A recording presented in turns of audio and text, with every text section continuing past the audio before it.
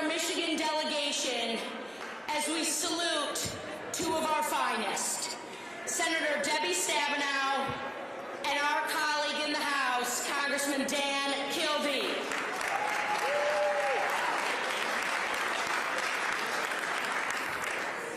Their work, their dedication, their doggedness, their mentorship to each and every one of us, their steady hand for Michigan, my friends, it has meant the world. And so look, when Debbie Stabenow announced that she wasn't going to be running for re-election, she said, listen, I got a whole term left. When Dan Kildee sat us down on the House floor and looked at us and said, listen, I've made this decision, but we've got more work to do. We've got to make you proud in finishing this election cycle off, my friends. We've got to bring it home in Flint. We've got to bring it home in Lansing. We've got to bring it home in Grand Rapids. We've got to bring it home in Detroit. We've got to bring our union brothers and sisters to the table with us, and we've got to win to send Kamala Harris and Tim Walz to the highest office of the land. And last time I checked, Coach Walz is a pretty good friend of Dan Kildee's. You gotta ask him about those stories. But look, we're up here with our remarkable delegation, people who I'm so privileged to go to Washington with each and every week as we cast the votes, as we stand up to that Republican failed leadership.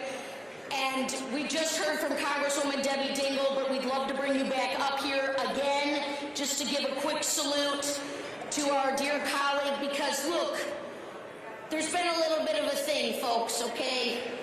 It's called mom and dad. Kildee's the dad, Dingell's the mom, all right? And you have to understand, we're in the squirm sometimes, okay? I mean, we're working on tough stuff, like we're trying to get a CHIPS bill done, or we're trying to get a renegotiation of NAFTA done. We're trying to make sure the Michigan voice is heard. Now, Slotkin and I, see, this is back to the beginning when we were the new majority, and Brenda Lawrence, another amazing mentor and leader for Oakland County, and leader for the Women's Caucus, was there. And I gotta confess, folks, okay, I mean, we're with the family right now. I mean, it's like a little nerve-wracking, okay, this stuff. I mean, we had to impeach a president. You know, Slotkin and I come in, it's, you know, all of a sudden we're responsible for half the nation's impeachments. We were in districts that voted for him. We had mom and dad, okay? We had Kildee's steady hand, always asking the right questions, always playing it smooth and cool. And then we had Dingell. And then we had Debbie Dingell, who was keeping us on our toes. I think that woman sees something before the lights are in the horizon. Like, she just sees it because she knows what's going on. But the reason why it's mom and dad is because Dan Kildee's the dean of our delegation in the House. And so when we're taking those tough votes, when we're trying to get things done, we've always had his steady hand. And we've had Debbie.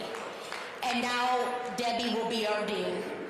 And of course, when we're getting ready, you know, State of the Unions, and we're working on big bills, and I'll never forget this for the rest of my life, we're managing COVID, Stabenow is right there on the floor of the House with us. We gotta pass a mental health bill. We gotta get a mental health bill done.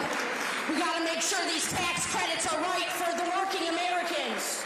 She's been in the trenches day in and day out, my friends, and she's done it. Debbie Stabenow has done it with an amazing smile and an amazing heart and an amazing love of state. So they're a big part of why it feels good to be a Democrat. So I'm passing this microphone, even though, you know, I'm trying to make sure you're all awake. Okay? I didn't even have my caffeine yet. I don't think you want me to have my caffeine yet. But we want to give our